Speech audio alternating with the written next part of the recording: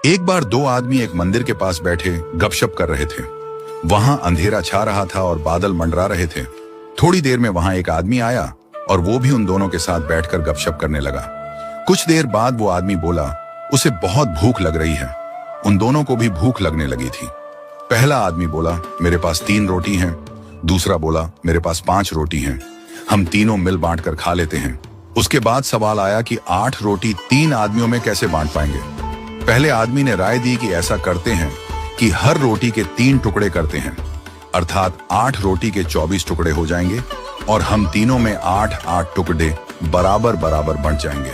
तीनों को उसकी राय अच्छी लगी और 8 रोटी के 24 टुकड़े करके प्रत्येक ने 8-8 रोटी के टुकड़े खाकर भूख शांत की और फिर बारिश के कारण मंदिर के प्रांगण में ही सो गए। सुबह उठने पर तीसरे आदमी ने उनके उपकार के लिए दोनों को धन्यवाद दिया और प्रेम से 8 रोटी के टुकड़ों के बदले दोनों को उपहार स्वरूप 8 सोने की गिन्नी देकर अपने घर की ओर चला गया। उसके जाने के बाद दूसरे आदमी ने पहले आदमी से कहा, हम दोनों 4-4 गिन्नी बांट लेते हैं।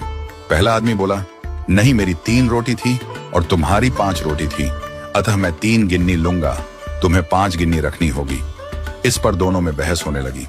इसके बाद वे दोनों समाधान के लिए मंदिर के पुजारी के पास गए और उन्हें समस्या बताई तथा समाधान के लिए प्रार्थना की।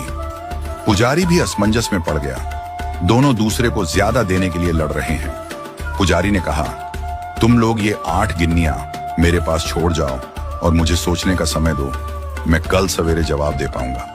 पुजारी को दिल में वैसे तो दूसरे आदमी की 3-5 की बात ठीक लग रही थी, पर फिर भी वह गहराई से सोचते सोचते गहरी नींद में सो गया।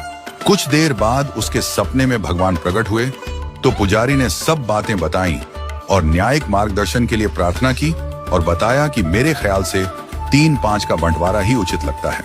भगवान मुस्कुराकर बोले, नहीं, पहले आदमी को 1 गिन्नी मिलनी चाहिए और दूसरे आदमी को 7 गिन्नी मिलनी चाहिए। भगवान की बात सुनकर पुजारी अचंभित हो गया और अचरज से पूछा, प्रभु, ऐसा कैसे? भगवान फिर एक बार मुस्कुराए और बोले, इसमें कोई शंका नहीं कि पहले आदमी ने अपनी 3 रोटी के 9 टुकड़े किए, परंतु उन 9 में से उसने सिर्फ 1 बांटा और 8 टुकड़े स्वयं खाया, अर्थात उसका त्याग सिर्फ 1 रोटी के टुकड़े का था, इसलिए वो सिर्फ 1 गिन्नी का ही हकदार है। दूसरे आदमी ने अपनी 5 रोटी के 15 टुकड़े किए, जिसमें से 8 टुकड़े उसने स्वयं खाए और 7 टुकड़े उसने बांट दिए, इसलिए वो न्यायानुसार 7 गिन्नी का हकदार है। यही मेरा गणित है और यही मेरा न्याय है। ईश्वर की न्याय का सटीक विश्लेषण सुनकर पुजारी नतमस्तक हो गया।